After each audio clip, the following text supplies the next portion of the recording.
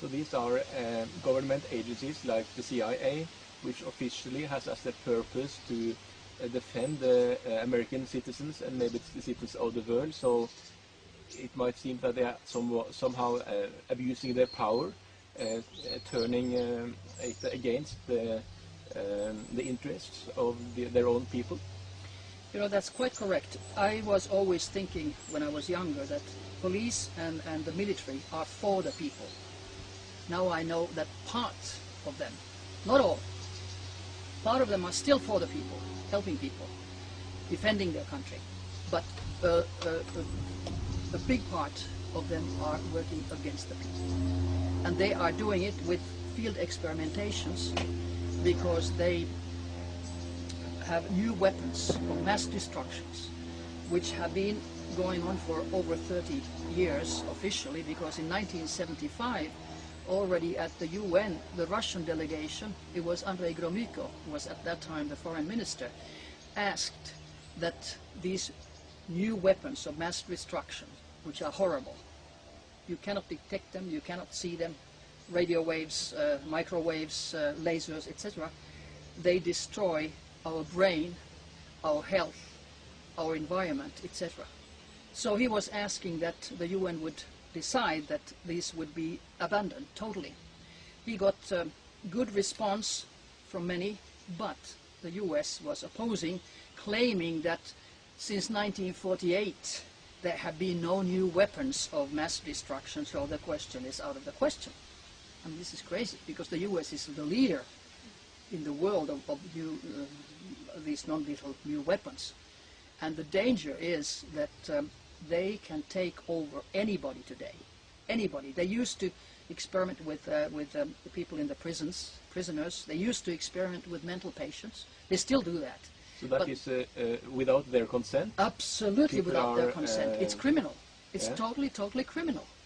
And now they take anybody, just anybody, but especially single women, because they don't have protection of the family. You know, if a single woman vanishes, so it takes some time before somebody finds out. If a married woman vanishes, the same day the family cries. So it's single women, it's people who know their bad deeds, it's people, scientists especially, who are involved and find out too much. They all of a sudden have a heart attack or a brain tumor or a stroke or whatever. Or they're driven over by a car, or they even go down in a flight accident with hundreds of other people. So they have their methods to make people disappear or die, those who maybe know too much or are want to protest because they don't like what they are experiencing. Yeah, they have such power that, like FBI's former director Hoover said, it's so horrible you cannot believe it. They have weapons today, electromagnetic weapons. They can throw them at your brain. And like you have fingertips, which are unique, your brain waves are unique. Every one of the 6.5 billion people has a unique brain wave. They can take that into supercomputers, and at the moment the supercomputers are 180 trillion flops in a second. 180 trillion in a second. Our brain is only 5,000 bits a second, so we have no match to the supercomputers. But since this has been published, and usually the information that is published is 50 years old, so what the real figure is, I have no idea. Because I found out from this non-lethal weapons conference from the American representative, he said that already in 1801, the first mind control device was created. Can you imagine? 1801. And I know that in Ohio, a doctor was already doing 1874 unethical research, putting electrodes into the brain of a patient, a female patient who died. So, you know, this is a century, 2 centuries old technology, and now it's coming out. This is new. It's not new. Anything that comes out from the military is at least 50 years old.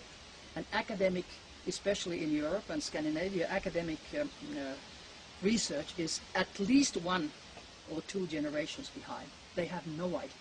For instance, there's a British Professor Warwick, I think his name was. He's lectured a couple of times in Finland. I only read what he has been stating. And it was just crazy. He was saying that he was the first man who has placed an implant into his hand, and so he goes out and opens the doors and garage and whatever. And now he says he is the first man in the world who puts an electrode, which is a microchip, into his brain, and now he can talk to his wife telepathically. Now, already in 1952, Project Moonstruck, CIA's own project, placed electrodes into the brain and teeth of people to follow them. 1952. Now he comes out after year 2000. So, like I said, it's at least 50 years old, you know, behind the academic research about these things. They don't know about the military, or then they are bought and they are giving disinformation.